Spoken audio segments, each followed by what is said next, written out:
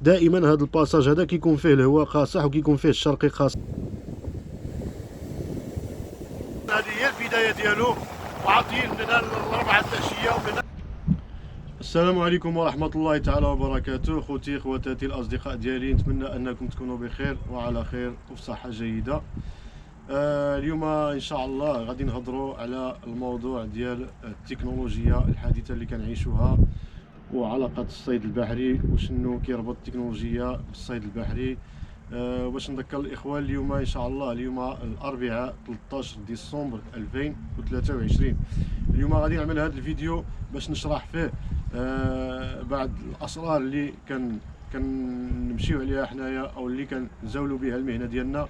ومن ضمن هذه الاسرار هذه اللي هي عندها علاقه يعني بالتكنولوجيا الحديثه وبالمواقع يعني بالماتريال. اذا اخوتي كما قلت لكم يعني حنا كنعيشوا حاليا في واحد العصر اللي هو مليء بالتكنولوجيا الحديثه. ومادام ان قطاع الصيد البحري هو واحد القطاع اللي كتعتبر من اخطر المهن على وجه الارض، كذلك عنده علاقه يعني بهذه التكنولوجيا الحديثه اللي كاينه حاليا من ناحيه ديال المعدات وكذلك من ناحيه ديال الاجهزه اللي كيخدموا بها البطوات. ولكن حنا اليوم ان شاء الله في هذا الفيديو هذا ما غادي نهضروش على المعدات وما غادي نهضروش على التقنيات الحديثه اللي كيخدموا بها او الاجهزه الحديثه اللي كتكون عندهم في قمرات القياده وكيخدموا بها. حنا اليوم ان شاء الله غادي نهضروا على واحد الموقع ديال الارصاد الجويه، واحد الموقع اللي كنستعملوه حنا الربابنه، يعني واحد 90% ديال الربابنه ديال المغرب كيستعملوه. وهذا الموقع هذا اللي موثوق منه، وهذا الموقع هذا اللي غادي نوريكم اليوم واللي غادي تشوفوا اليوم واللي غادي نشرح لكم اليوم، يعني هذا الموقع 200% كيجيب التوقعات ديالو كيجيبها صحيحه كما غادي تشاهدوا معايا. اليوم اخوتي غير باش نذكركم، اليوم الاربعاء 13 ديسمبر عملت هذا الفيديو وما غادي نكملش عليه اليوم، غادي نضطر نكمل عليه حتى نهار الجمعه ان شاء الله، لان انا بصفتي كبحار وكربان يعني مدمن على البحر. واول حاجه كنوض في الصباح كما كنشرب القهوه ديالي كندخل للموقع ديالي باش نشوف يعني حاله الطقس اليوم شنو غادي يكون، مثلا الجو، الريح، سرعه الريح، واش غادي تستمر الشتاء، واش غادي تكون الشتاء غير متقطعه. هاد الامور هذه كامله يعني انا مدمن عليها، وعندي واحد التطبيق اللي كنثق فيه وكنستعملوه بشكل يومي، كيستعملوه بزاف ديال الربابنه كما قلت لكم على الصعيد الوطني وكذلك على الصعيد العالمي. وهذا الموقع هذا هو اللي غادي نوري لكم دابا خوتي. شخصيا كنستعمل هذا الموقع هذايا، حيت هذا الموقع هذا جربته ماشي مره وماشي جوج، مرارا وتكرارا. كنخدم به هنايا في المضيق، كنخدم به في السواحل ديال الجنوب، في الوسط. ملي كنكون مثلا في السياحه كنخدم به، كنعتمد عليه بشكل يعني يومي وشكل موثوق وما عمره خيبني. اذا اخوتي غادي نشرح لكم كيفاش كيخدم هذا الموقع، اتجاه الريح كيفاش كيكون الشرقي، كيفاش كيكون الغربي، الالوان اللي كتغير فيه. هذه المعلومات كامله ان شاء الله غادي نعطيها لكم بالديتاي باش اللي بغى منكم. وكنصح اي واحد عنده علاقه يعني بالجو بالمناخ وكيبغي يعني يستعمل هذه المواقع، من الاحسن يستعمل هذا الموقع هذا اللي غادي تشوفوا معايا. لان صراحه وهذا ماشي اشهار اخوتي، هذا ماشي اشهار باش نكونوا على بال، هذا غير كنصح يعني الناس اللي عندهم علاقه بالمناخ وبالجو بالرحلات وكيخرجوا كيعجبهم يدخلوا للبحر يستعملوا هذا الموقع. لان هذا الموقع هذا 200% ما غادي يكذبش عليكم، هذا الموقع غادي يجيب التوقعات ديالو ديما صحيحه. ودائما واخا هذه التكنولوجيا الحديثه واخا هذه المواقع كنبقاو نقولوا يعني الله هو فوق كل شيء، والله هو اللي عالم بالكون، هو اللي كيتصرف في الكون ديالو. اذا نشوفوا الموقع. اذا اخوتي غادي نوري لكم الموقع ديالي اللي كنخدم به. هذا التليفون ديالي ودائما عندي هذا الموقع حاضر معايا في التليفون لانني نزلته من بلاي ستور كما كتشوفوا هنايا. ها هو الموقع ديالنا، ها هو شنو سميتو، ويد فيندر. هاد ويد فيندر هو علاش كنعتمد انا 200%، وبزاف د الرويات وبزاف د الربابنه كيستعملوا هذا الموقع. هذا الموقع ساهل، كتجي كتكليكي على الموقع بحال هكذا كيتفتح معاك على هذا الشكل هذا. كتجي هنايا هذا الموطع فيه مكتوب كارت، كتكي على كارت بحال هكذا كيعطيك الخريطه. هي هذه انتم كتشوفوها اخوان، هذه هي الخريطه، هذه هي سبته، هذه هي طنجه كما كتشوفوا معايا اخوتي. وباش تخلي الفضول اخوتي بغيت نعمل هذا الفيديو، هو ملي دخلت اليوم في الصباح لهذا الموقع جبرت على حسب كما كتشوفوا اليوم الاربعاء، هي ميركودي 13 ديال شهر 12 2023. دخلت هذا الصباح من الموقع ديالي. دابا الريح الغربي ها هو كما كتشوفوا هنايا، كاين شويه د الغربي كيجي مع عند اسبانيا، يعني الهواء بارد شويه، وكان شويه الشتا في الصباح. ديك الشتا دازت. هاد الالوان هاد الخضوره هادي اللي كتشوفوا هادي السرعه د الريح، كيكون فيها شويه الصفوره كتكون الشتا. كما قلت لكم اخوتي، دخلت في الصباح من الموقع ديالي باش نشوف الحاله ديال البحر كيفاش عامله، ونطمئن على الجو والجهه ديالنا شنو غيكون فيها. كنتفاجأ باللي نهار الجمعه ان شاء الله غادي يكون واحد البحر الشرقي، وهذا الشرقي غادي يكون قاصح، يعني كما كنقولوا حنا باللغه ديالنا البحريه، هذا الشرقي غادي يكون قاصح عليها. باش بغيت نعمل هذا الفيديو هذا باش نوري لكم يعني شنو هي يعني الصراحه اللي عندي والثقه اللي عندي في هذا الموقع هذا. كما كتشوفوا هذا الاربع، هذه 7 د العشيه، كيعطيك حتى السوايع هنايا. هذه 10 د الليل كتكي هنايا، كل 3 ساعات كيتبدل الهواء. هانتوما كتشوفوا هذه مارينا سمير، هذه المضياق، هذه ريستينغا، يعني كيعطيك حتى انت فين كاين وبوزيسيون وكلشي. ما كتشوفوا هذا نهار الخميس، خميس 7 د الصباح، 10 الواحدة، باقي الهواء فيه الغربي، 7 د العشية، 10 د الليل، 1 د الليل، 4 د الصباح. هذه الجمعة في 7 د الصباح اخوتي. كما كتشوفوا هنايا بدا هاد البيوتيه هذه اللي كتشوفوا، هذه الريح، هذا الريح الشرقي، يعني ماجي من الشرق. الا صغرنا المابا بحال هكذا غادي نشوفوا هذا الريح هذا ماجي من عند الحسيمه، ماجي من عند الناظور.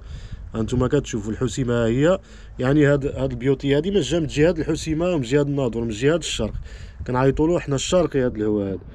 وهذا الشرقي كيكون هو اخطر ريح اللي عندنا هنا في منطقه الشمال وفي المنطقه ديالنا بالخصوص، المضياق والحسيمه والناظور.